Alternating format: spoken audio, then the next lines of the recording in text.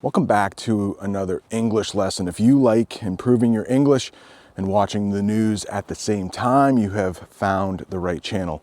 Today in the United States, we had some very sad news. At least I think it was sad. Another man or another person was killed in Minnesota. A couple weeks ago, it was a woman. Today, it was a man. He was shot by ICE officers. You are going to see that video in just a little bit, so just a warning. And ICE officers say that he was reaching for a gun. Uh-oh, is it getting too dark? Maybe I should go this way. But there were 6 or 7 officers surrounding this man. They say he reached for a gun, and that is why they shot him. Now, in the video, I can't see him reaching for a gun. This just happened a few hours ago.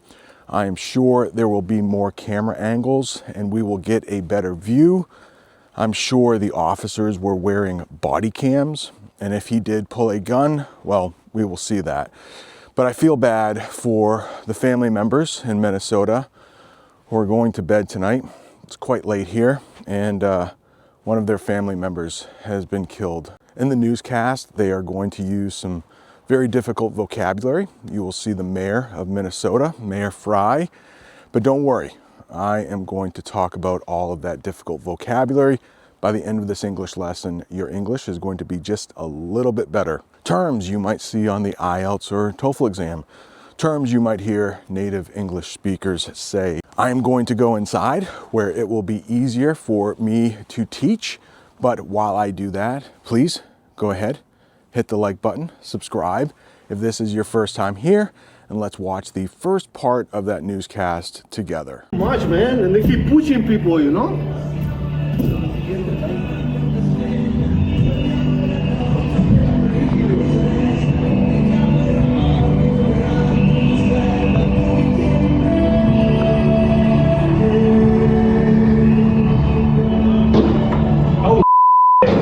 What the They killed him? Did they kill that guy? Are you kidding me, dude? Not again. Are you kidding me? That guy's dead. I just saw a video of more than 6 masked agents pummeling one of our constituents and shooting him to death. Okay, so you've seen part of the newscast, and this man, his name is Alex Preddy, the man who was killed. He was 37 years old, and he was an ICU nurse. An ICU nurse works in the ICU, and that is the part of the hospital where the patients who need the most care will go. They're patients that are probably close to death, really. So, unfortunately, he is no longer with us. I will be watching this news story to see, did the officers have a right to shoot him? Or is this just totally unjustified? Should he still be alive now? Let's talk about the first term I thought you might be able to use in a future conversation. Native English speakers say this all the time. Are you kidding me? Are you kidding me? And the man who was filming the incident, that is what he said right when he saw the officers shoot Alex Preddy. And hang on, I need to get my glasses on. It is not fun getting older. But are you kidding me? Is an informal phrase you say when you are shocked or frustrated. It means you cannot believe it.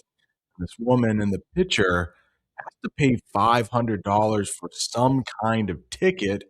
It looks like a concert, maybe, from the people behind her. And she is saying, the ticket cost me $500.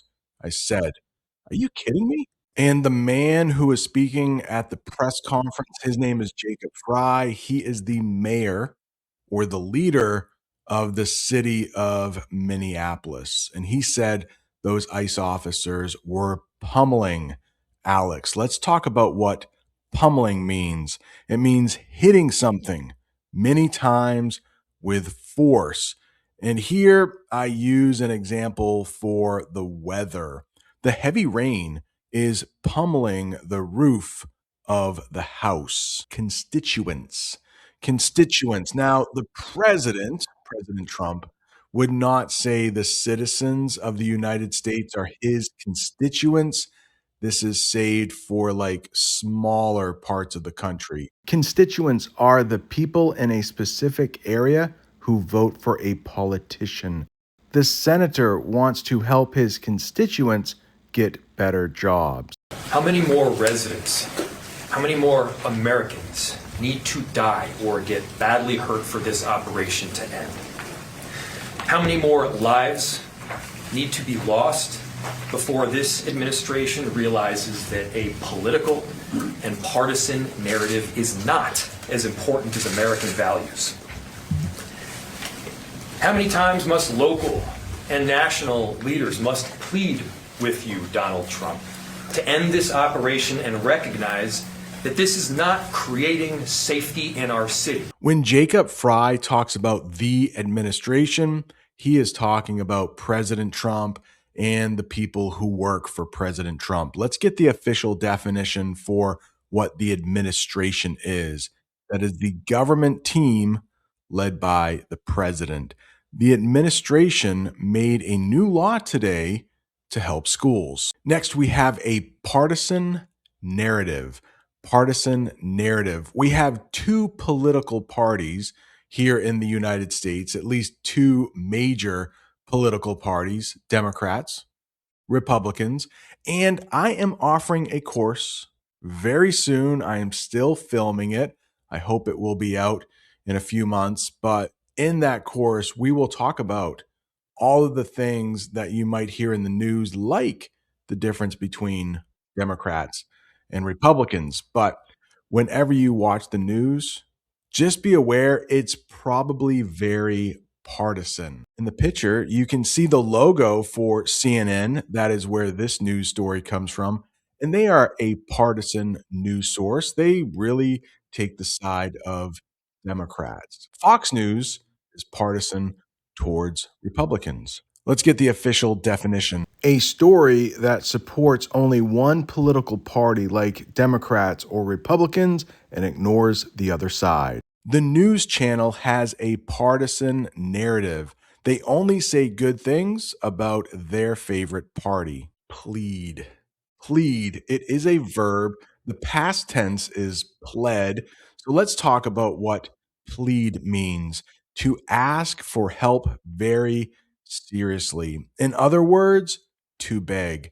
The man had to plead with the bank to give him more time to pay. What are you hearing, Betsy? You heard in that press conference a question from a reporter asking the police chief of a point of view coming from the Department of Homeland Security, and he said, point blank, federal authorities are not sharing information with him and his office. So what are you hearing?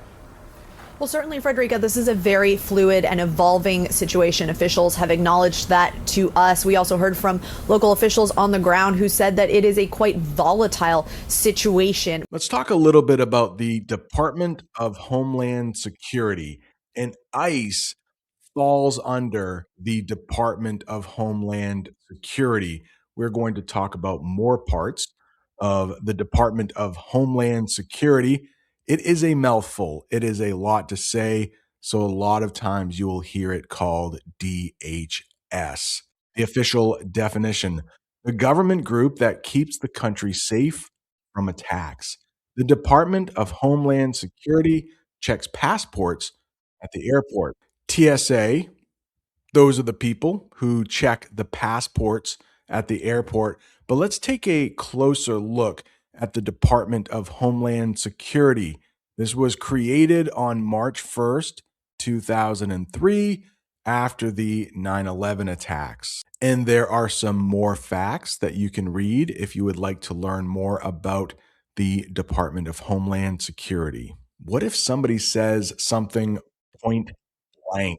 Let's get the definition. To say something directly and honestly, no secrets. I asked if he liked the food, and he said point blank, no, it's cold.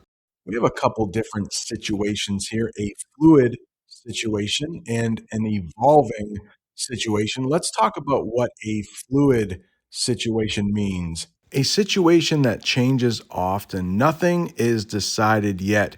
We don't have a schedule yet because it is a fluid situation.